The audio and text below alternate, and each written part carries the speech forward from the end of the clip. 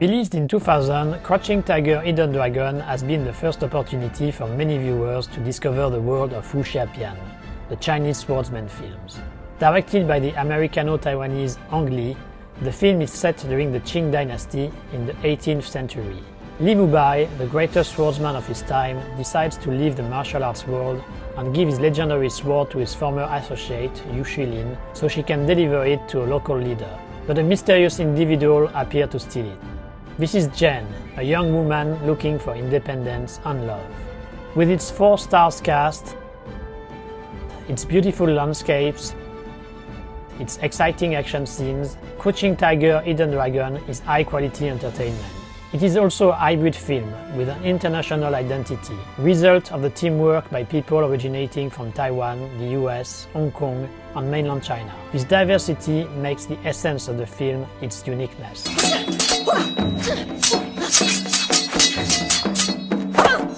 But to better understand the multiplicity of the wuxia-pian world, the best is to turn to the cinema of the 3 different China. Here are 5 films which, if you like Crouching Tiger, Hidden Dragon, will help you dig deeper into the world of Chinese swordsmen. One of the greatest influences of Ang Lee when it comes to swordsman film is director King Hu. First Chinese filmmaker to have received an award at the Cannes Film Festival, the director was famous for his sense of detail and his perfectionism. Touch of Zen, which he made in 1971, is a good introduction to his filmography. The film deals with Gu, a scholar who finds himself helping a group of officials against the eunuch. A Touch of Zen is a skillful mix of atmospheric set pieces, almost mystical, and dynamic action scenes. King Hu also made Dragon In 1967, a film which left a strong impression on the audience, and especially on a young boy who would later become one of the most influential personalities of the Hong Kong film industry, Choi Ark. In 1992, he produced a remake of the 1967 film under the title New Dragon Gate Inn. Partly shot in Xinjiang, the film sees 2 antagonistic sides, one made of eunuchs who have usurped the imperial power, and the other composed of legitimist revolutionaries, having to live in the same inn, isolated at the Chinese western border.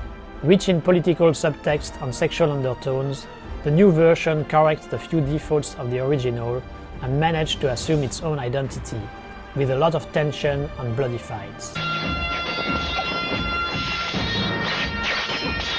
If you want a film where the love story is at its heart, you can look at the Chinese answer to Crouching Tiger, Hidden Dragon, that is House of Flying Daggers. Second episode of an informal wuxia-pian trilogy directed by Zhang Yimou, we follow Leo and Jin, 2 policemen from the Tang dynasty tasked with the elimination of a revolutionary leader.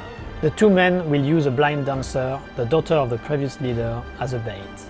Confirmation of the takeover of the genre by mainland China after having felt humiliated by the international success of Crouching Tiger, Hidden Dragon, the film is a showcase of the technical expertise of Zhang Yimou and his team, and a beautiful spectacle with a romantic sensibility.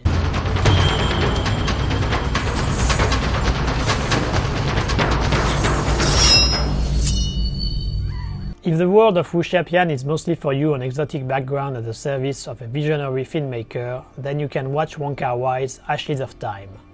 A very loose adaptation of a classic of martial arts literature, the film is another opportunity for the director of In the Mood for Love to deal with his favorite topics, such as the consequences of time passing or the impossibility to communicate between people, while at the same time highlighting its prestigious cast and the beautiful Chinese landscapes. Since mainland China has become a major economic player, its film industry has developed considerably, and many wuxia-pian have been produced every year. Amongst them, Swordmaster, released in 2016, is one of the best. The film follows Yan Shi-san, a formidable swordsman whose whole life is dedicated in beating his biggest rival, the greatest fighter of the martial art world, Xiao Feng. But when he learns of the early death of his nemesis, his life crumbles. With its multi-layered story, typical of the author from which it is adapted, Swordmaster is a brilliant demonstration of the vacuity of power struggles, enhanced by an artistic direction of quality and impressive fight scenes.